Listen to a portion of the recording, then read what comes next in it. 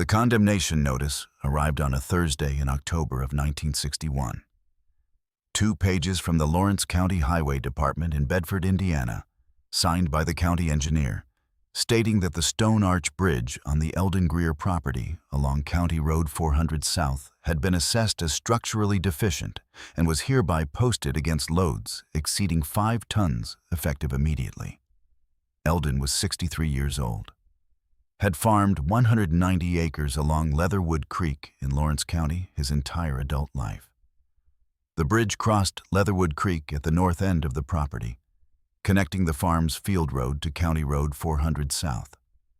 It was the only crossing within a mile in either direction.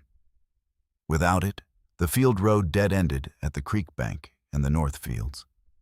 60 acres of bottomland were accessible only by a long loop around on the county road.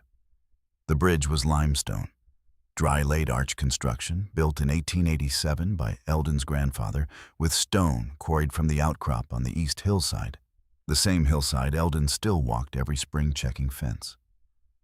The arch spanned 18 feet across the creek and rose 6 feet at the crown. The stones were fitted without mortar, each one shaped to bear against its neighbors, the arch holding itself in compression the way arches had held themselves since the Romans cut the first voussoir. His grandfather had built it in 6 weeks with 2 hired men and a mule team. It had been carrying farm equipment across Leatherwood Creek since 1887. The county engineer's name was Walter Pruitt. Eldon drove to the highway department office in Bedford the morning after the notice arrived and asked Pruitt what specifically had been found deficient. Pruitt said the bridge had no engineered plans on file, no load rating documentation, and showed surface deterioration on 2 of the arch stones at the south haunch. He said without documentation of load capacity, the county couldn't certify the bridge for anything above 5 tons. He said the surface deterioration was consistent with the structure at the end of its useful service life. Eldon asked how the county had determined 5 tons. Pruitt said that was the default posting for undocumented structures under the State Bridge Inspection Program. He asked how old Pruitt thought the bridge was. Pruitt said the inspection notes said pre-1900 construction. Eldon said it was 74 years old. Pruitt said that was his point. The 5-ton posting meant his grain wagons couldn't cross. His grain wagons ran 8 to 11 tons loaded at harvest. His combine was 14 tons. His propane tank truck, which supplied the grain dryer at the north field bin, was 22 tons loaded. The bottom 60 acres produced his best corn. Drummer's silt loam on the Leatherwood floodplain, deep and dark, holding moisture through dry summers the upland fields couldn't manage. Losing access to that ground during harvest wasn't a crop loss. It was a financial event. He called his operating bank in Mitchell the following week. He described the situation and asked about a bridge loan, not a financing instrument. An actual loan for the construction of a new bridge. The bank's agricultural loan officer said a new precast concrete bridge of sufficient span and load capacity would run $14,000 to $18,000 installed. He said the loan was available, but the annual payment at current rates would run $1,400 to $1,800. And that was before the county's right-of-way requirements, which might require setback modifications to the existing road approach. Eldon drove to the site and sat in the truck looking at the bridge. The arch stones were the same Indiana limestone his grandfather had quarried from the east hillside. Blue-gray, tight-grained. The kind of limestone the quarry industry in Lawrence County had been pulling out of the ground for 150 years because it was dense enough to hold an edge and hard enough to resist water. The 2 stones at the south haunch that Pruitt had flagged showed surface spalling, flaking on the exposed face, the outer half-inch delaminating in places from 74 years of freeze-thaw cycling. The stones were spalling on the surface. The arch was holding. He got out of the truck and walked under the bridge along the creek bank. He looked at the intrados, the underside of the arch. the face that bore the compression load from every vehicle that had crossed in 74 years. No cracking, no displacement between stones. The joints were tight enough that he couldn't slide a pocket knife blade between them at the crown. He looked at the south haunch stones from underneath. The spalling was on the exterior face only. The bearing surfaces, the faces that contacted adjacent stones and transferred the arch load, were intact. He drove home and made a list of phone calls. The first call was to the Indiana Department of Natural Resources, which maintained records on historic structures in the state.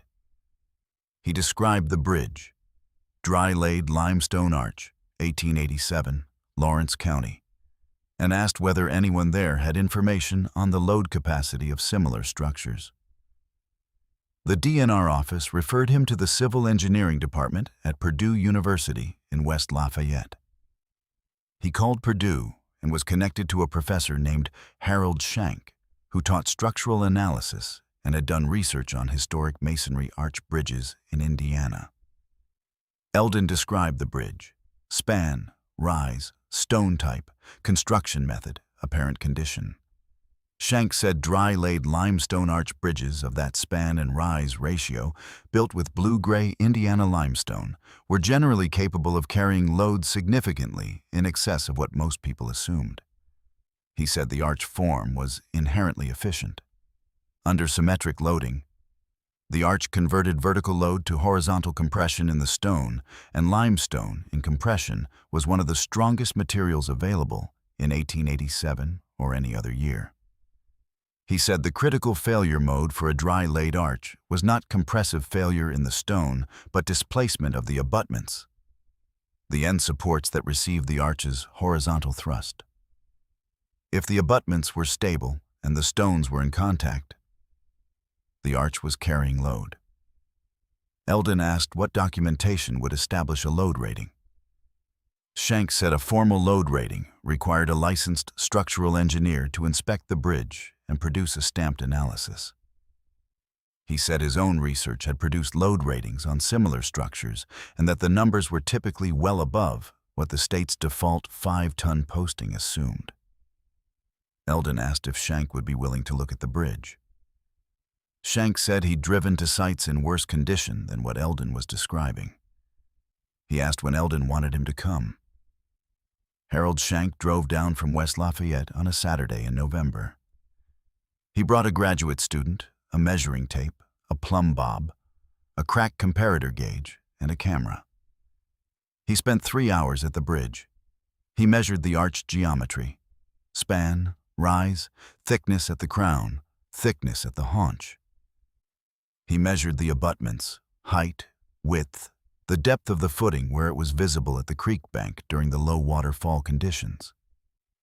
He checked every joint on the intrados with the crack comparator gauge.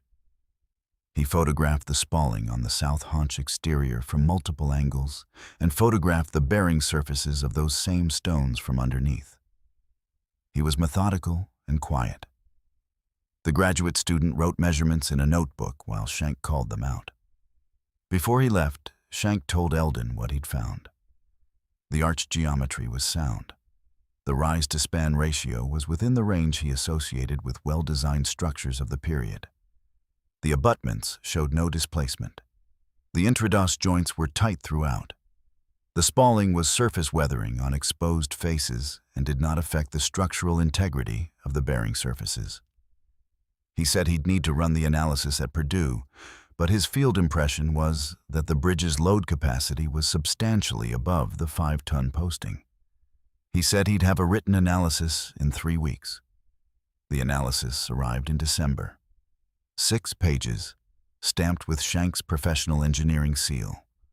The load rating for the Greer Bridge, based on measured geometry, stone properties, and abutment condition, was 28 tons for a single concentrated axle load and 40 tons for distributed loads across the full span.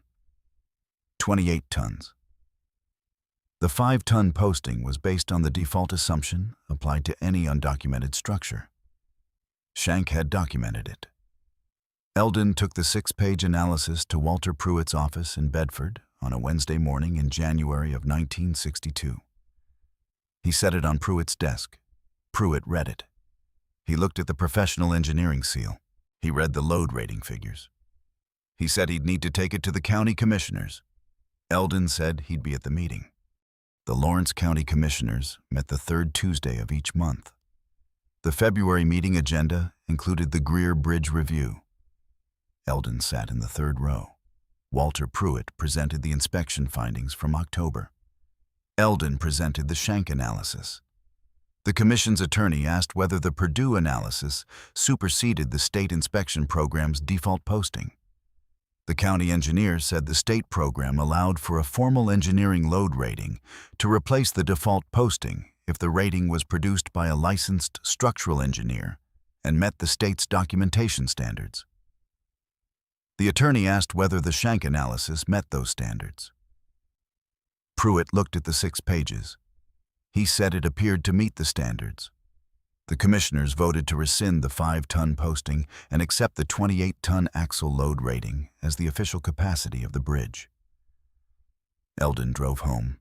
He crossed the bridge on the way in. He'd crossed it 10,000 times. It felt the same as it always had.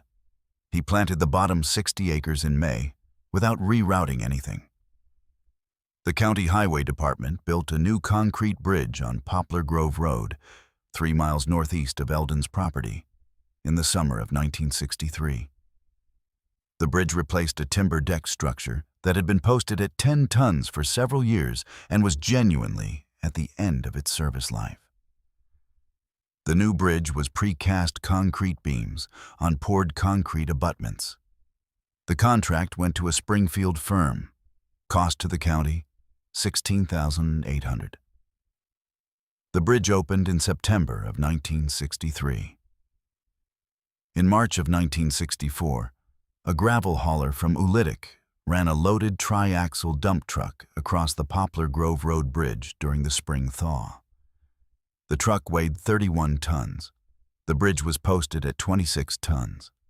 The driver said later he hadn't seen the posting sign, which had been knocked sideways by a plow and was partially obscured by the road edge vegetation. The east beam shifted.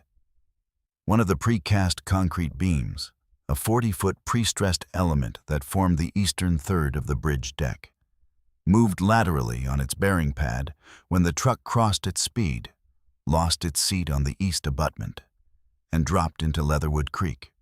The truck cab was halfway across when the beam went. The driver held the truck on the remaining beams by stopping immediately and not moving. He was not injured. The truck was recovered by a crane from Bedford the following morning. The bridge was closed for 7 months while the county arranged engineering and repair funding. The repair cost $9,400. Eldon heard about the beam drop at the elevator in Heltonville 2 days after it happened. He drove to Poplar Grove Road and looked at the gap where the east beam had been. The abutment the beam had lost its seat on was poured concrete, 2 years old. He drove home past his own bridge. The limestone arch was carrying his loaded grain wagons the same week. He crossed it on the way back from the elevator and didn't stop. Walter Pruitt retired from the Lawrence County Highway Department in 1969. His replacement, a younger engineer named Dale Fortner, had come out of the Indiana Department of Transportation. In the summer of 1970, Fortner was doing a county-wide bridge inventory for the state's bridge program and stopped at the Greer Bridge with a clipboard and the 1961 inspection records. He walked the bridge. He read the Schenck analysis in the file. He looked at the arch from the creek bank the same way Eldon had looked at it in October of 1961. He asked Eldon, who had come down from the field when he saw the county truck.